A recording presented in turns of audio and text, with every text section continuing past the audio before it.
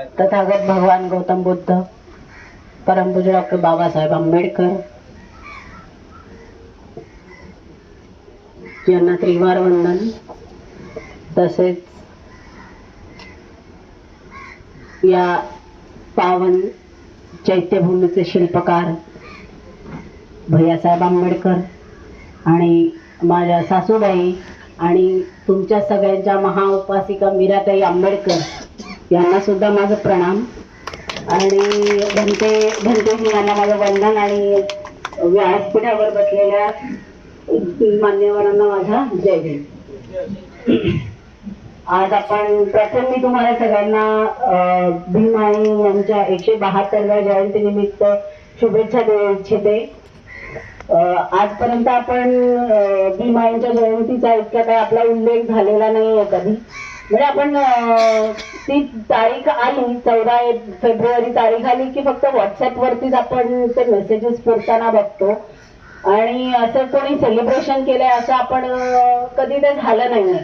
पण मी Buddhist society of India यांना खूप शुभेच्छा देते की यावर्षी त्यांनी माता रमाई आणि माता भीमाई यांची संयुक्त जयंती सेलिब्रेट केली, त्याबद्दल मी त्यांचा खूप त्यांना धन्यवाद देते।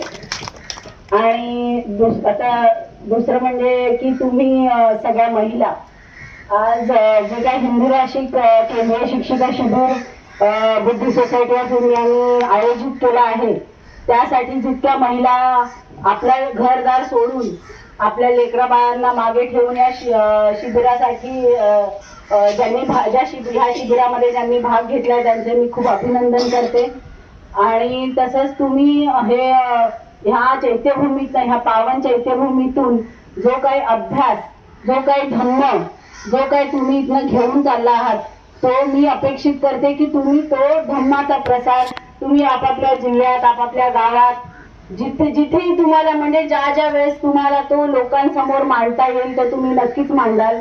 कारण की मला नेहमी असंच वाटतं की बौद्ध धम्म हा जर का म्हणजे मी भैयासाहेबांना म्हणजे इतकं म्हणजे मला त्यांच्यासाठी खूप आदर आहे, खूप प्रेम आहे, खूप मान सन्मान जे काय ते मला भैयासाहेबांसाठी खूप आहे। कारण की बघा बाबासाहेबांनी आपल्याला दीक्षा देऊन फक्त बाबासाहेब आपल्या 2 महिनेच फक्त जगले आणि त्यांचं देहावसन झालं, ठीक आहे।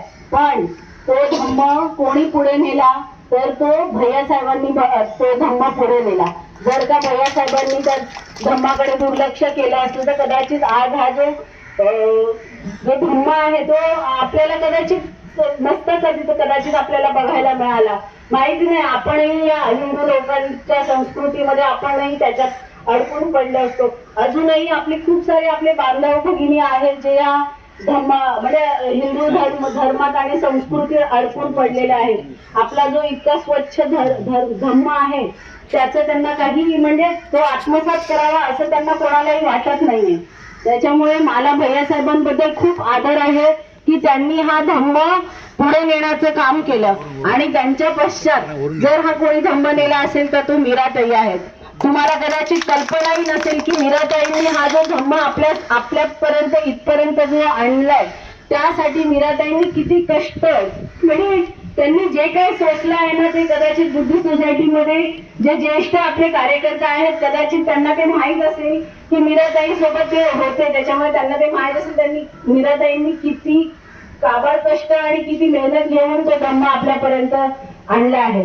त्याच्यामुळे मला एकच सगळ्यांना माझी एक विनंती आहे की तुम्ही ज्या महिला इथनं जो काही हा धम्म घेऊन चाललाय त्यांनी आपापल्या परीने जसा तुमच्या म्हणजे जसा तुम्हाला होईल जसा वेळ मिळेल तसं तुम्ही तो धम्माचा प्रचार आणि प्रसार करा। आणि दुसरं मला अजून एक मला विनंती करायची वाटते, मी सगळीकडे जिथेही जाते तिथे मी सगळ्यांना सांगते की आपली जर ज्यांची तरुण मुलं आहेत ना त्यांनी आपल्या मुलांना सांगावं की प्रत्येक रविवारी सगळ्या मुलांनी आपापल्या विहारात, छोटा असू दे मोठा असू दे कसंही असू दे, पण जे काही आपलं विहार आहे त्याच्यामध्ये प्रत्येकाने कॉन्स्टिट्यूशनचा एक एक पान तरी आपल्या मुलांना, आपल्या विभागातल्या मुलांना वाचून दाखवावं आणि त्याचा अर्थ जो काय आहे तो आपल्या मुलांना तो अर्थ कळून सांगा, म्हणजे त्यांना कळून सांगा.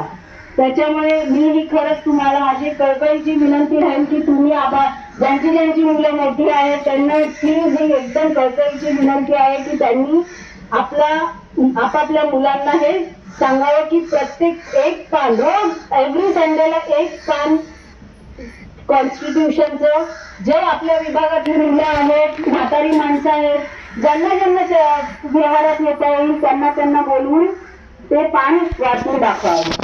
ओके, जय हिंद. थँक्यू.